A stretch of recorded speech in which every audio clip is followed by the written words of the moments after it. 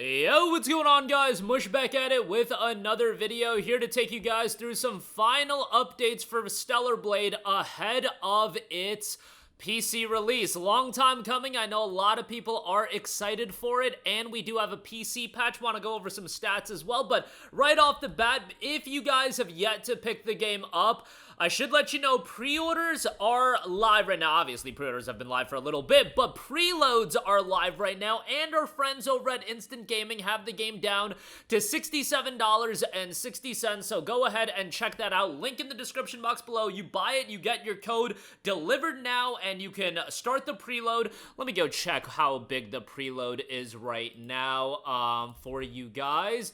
Preload is 58 gigabytes, 57.93 gigabytes, and you can start the preload, and you will be good to go tomorrow at 6 p.m. Eastern time, okay? I see a lot of people constantly saying, okay, the game's out tomorrow, it's out tomorrow, it's out tomorrow. Yes, but I think there's a lot of people that are about to be disappointed, and they're gonna stay up until midnight tonight, Eastern time, and they're gonna be like, where's my Stellar Blade? It's not available. It's gonna be available tomorrow, 6 p.m. Eastern time, so just keep that in mind. You don't gotta take off work. You don't gotta stay up late. The gooning can wait, you guys. The modding can wait, alright? You can go to work. You can do your daily activities. You could, go study for exams. So whatever the case may be. Actually, I think a lot of you are on summer break. But you get the idea. The gooning can wait until tomorrow after 6 o'clock. With that being said, Instant Gaming does have the Complete Edition for $67. And the Standard Edition is $52.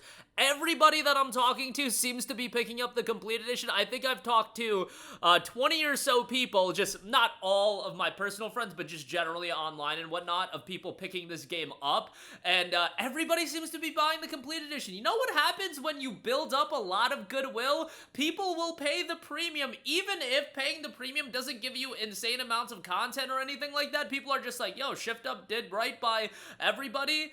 Let's go pick the game up. They have a demo. Guess what? That demo performs incredibly well, and in an era of so many absolutely atrocious PC releases, a demo being available and then also the game running as well as Stellar Blade's demo does run, makes a lot of people want to check it out. On top of that, if you have yet to play the demo, go play that, and then you can come up with a decision on your own. So, on top of that, they did drop a patch for the demo, fixed an issue where certain icons and UI elements were not displayed correctly when playing with an Azerty keyboard, fixed an issue where canceling during key configuration would reset previously saved key bindings, and fixed an issue where the positions of the exospine and gear were offset from their intended locations when playing on 21:9 ultra-wide monitors, and they do note various other bug fixes were implemented as well. So all of that in the demo. I mean, they're patching up the demo right before the release of the main game, so exciting times ahead, and play the game. Runs great on the Steam Deck.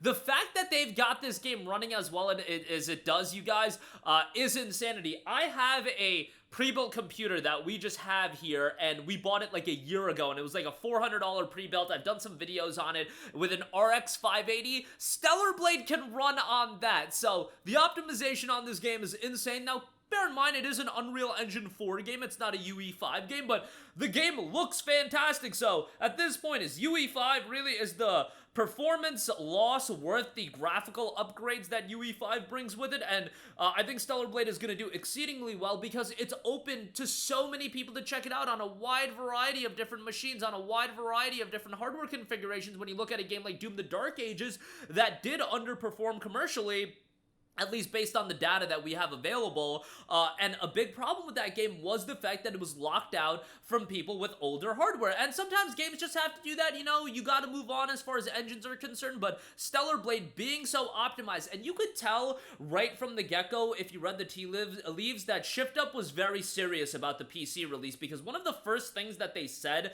when they talked about Stellar Blade coming to PC was the fact that they were optimizing the game for portable gaming platforms, like the Deck and like the Ally. The fact that off the rip that they are saying stuff like that, and they're saying that about a game that's a next-gen title. Whenever a studio is going to say something like that about a game that's not available on the PS4 X1, that does require a little bit of legwork for the optimization on those platforms, that to me already inspires a lot of confidence. Now, ultimately getting the system requirements, getting the demo, all of these elements inspired a lot more confidence over time, because I saw the train wreck that was Spider-Man 2, where they were very secretive about that PC release. I saw what happened with Last of Us Part 1, where again, they were very secretive about that game's PC release. At this point, I've been around the game long enough that you can infer a lot based on what a studio says, or rather, a lot of the times what they don't say about a PC release that will lead you to be like, okay, this game is probably going to be a disaster. Okay, this game is probably going to turn out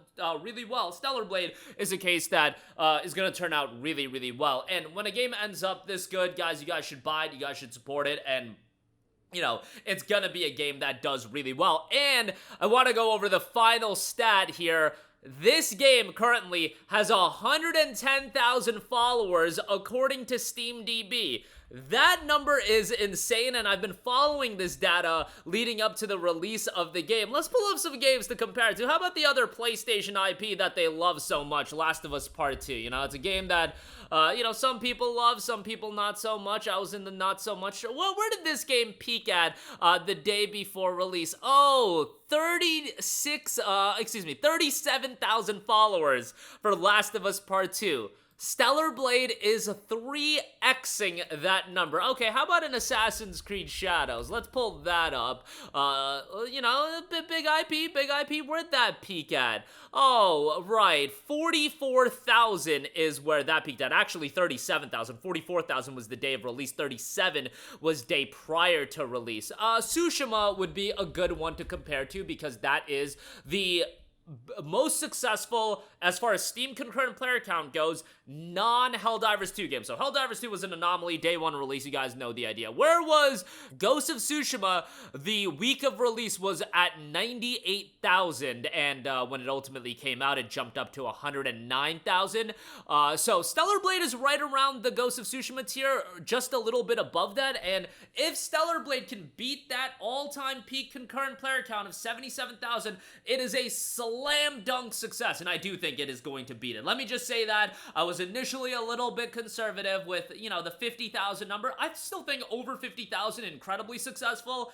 Have some data that some people have told me, you know, a little bit inside, and yeah, it seems like this game is selling very, very well. And the fact that it's already one of the top sellers on Steam directly, this game is about to print some money. And you know what? Over the last year, I've talked up this game from a game promotion standpoint, and doing a game that people actually wanted. A character-driven action game that looks slick, is stylish as all hell, great soundtrack, you do right by the PC port. It's just everything that, even if it's not your cup of tea, at least appreciate the fact that it is well optimized, the fact that we're not left waiting 3 years for the PlayStation 5 port, or excuse me, for the PC port from PlayStation 5. They're doing a lot of things right, and I think they're gonna knock it out of the park. I think people are going to be surprised with how well this game does, and I think it's going to supersede a lot of the existing titles. And when it's beating out games, and I expect it to beat out games like a Spider-Man 2, a Last of Us Part 1 and 2, a God of War even, God of War Ragnarok, I think it'll beat those games out.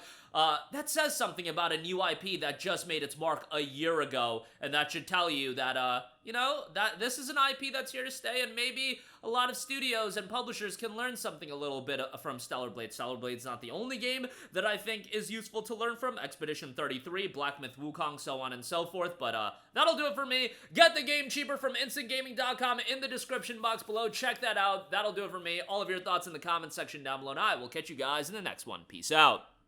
Hey, what's going on, guys? Mush here again. Hope you enjoyed the video. As you guys might know, YouTube's notification system is sometimes a little bit wonky, even if you're subscribed to the channel. Maybe you're not abundantly aware that I uploaded a video. To remedy that situation, make sure you hit the bell notification button. This way, whenever I upload a new video, and I try to upload as consistently as possible, you will be notified directly of the upload, and you can watch it as soon as it goes live. I would really appreciate if you guys hit that button so you can stay up to date with all of the content I'm posting. But as always, guys, thanks for watching, and I'll catch you guys in the next one. Peace out.